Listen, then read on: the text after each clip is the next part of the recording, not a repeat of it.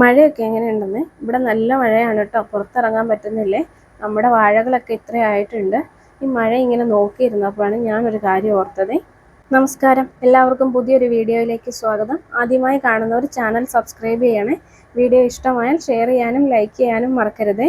ഇത് കാണുമ്പോൾ കുറച്ചു പേർക്കെങ്കിലും മനസ്സിലാവും, നമ്മൾ വാഴക്കൃഷി ചെയ്തിട്ടുള്ളവർക്കും മനസ്സിലാകും അല്ലേ ഇതെന്ത് കീടബാധയാണെന്നുള്ളത്. അപ്പോൾ ഇന്നത്തെ സംസാരവും ഇതിനെപ്പറ്റി തന്നെ ആയിക്കളയാം. വാഴകൾക്കൊക്കെ 4 മാസം പ്രായമാകുമ്പോൾ തൊട്ട് ചെല്ലി വർഗത്തിൽപ്പെട്ട പിണ്ടിപ്പുഴു അഥവാ തണ്ടുതുരപ്പന്റെ ആക്രമണം ഉണ്ടാകും. ഈ മഴക്കാലത്ത് പ്രത്യേകിച്ചും അടച്ച മഴയത്ത് ഇവയെ പ്രതിരോധിക്കാൻ കീടനാശിനി പ്രയോഗം ശാശ്വതമല്ല എന്ന് കരുതി നമുക്കൊന്നും ചെയ്യാതിരിക്കാനും കഴിയില്ലല്ലോ. അപ്പോൾ നമുക്ക് വളരെ കുറഞ്ഞ ചെലവിൽ തണ്ടുതുരപ്പനിൽ നിന്നും വാഴയെ സംരക്ഷിക്കാനുള്ള ഒരു സൂത്രം കണ്ടാലോ. ഞാനിത് മുന്നേ ചെയ്തും വിജയിച്ചിട്ടുള്ളതാണ്. പിണ്ടിപ്പുഴുവിനെ തുരത്താൻ നിങ്ങൾ ഉപയോഗിക്കുന്ന മാർഗങ്ങൾ കമന്റ് ചെയ്യണേ. ഇതിനായിട്ട് കാരം കൂടിയ ഏത് സോപ്പും നിങ്ങൾക്ക് എടുക്കാം. ഞാനിവിടെ എടുത്തിരിക്കുന്നത് നമ്മുടെ പഴയ നദീ ബാറാണ്. ഇവ ചെറിയ കനം കുറഞ്ഞ കഷ്ണങ്ങളായി മുറിച്ചെടുക്കണം. വാഴ ഒന്നിന് 2 അല്ലെങ്കിൽ 3 എന്ന കണക്കിനാണ് ഉപയോഗിക്കുന്നത്.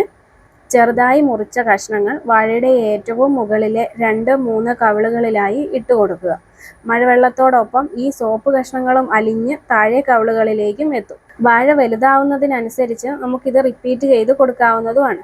വളരെ ദീർഘകാലത്തേക്കുള്ള ഫലം കിട്ടുന്നതാണ് ഈ സോപ്പിന്റെ പ്രയോഗം. കുറച്ചു പേർക്കെങ്കിലും ഇത് അറിവുള്ളതായിരിക്കും. അല്ലാത്തവരുടെ അറിവിലേക്കായിട്ടാണ് ഞാനിതിവിടെ ഷെയർ ചെയ്യുന്നത്. കീടനാശിനി പ്രയോഗം കുറച്ചുകൊണ്ട് വാഴക്കൃഷി ചെയ്യാൻ ആഗ്രഹിക്കുന്നവർ ഇതൊന്ന് ട്രൈ ചെയ്തു നോക്കൂ. തുടർച്ചയായുള്ള കീടനാശിനി പ്രയോഗം കൂടുതൽ ദോഷം ചെയ്യും. മണ്ണിനെയും കൃഷിയെയും സാരമായി ബാധിക്കുന്ന കീടനാശിനി പ്രയോഗങ്ങൾ കുറച്ചുകൊണ്ട് ഇത്തരത്തിലുള്ള ജൈവ മാർഗങ്ങളിലൂടെ നമുക്ക് കൃഷി മുന്നോട്ട് കൊണ്ടുപോകാം. നന്ദി.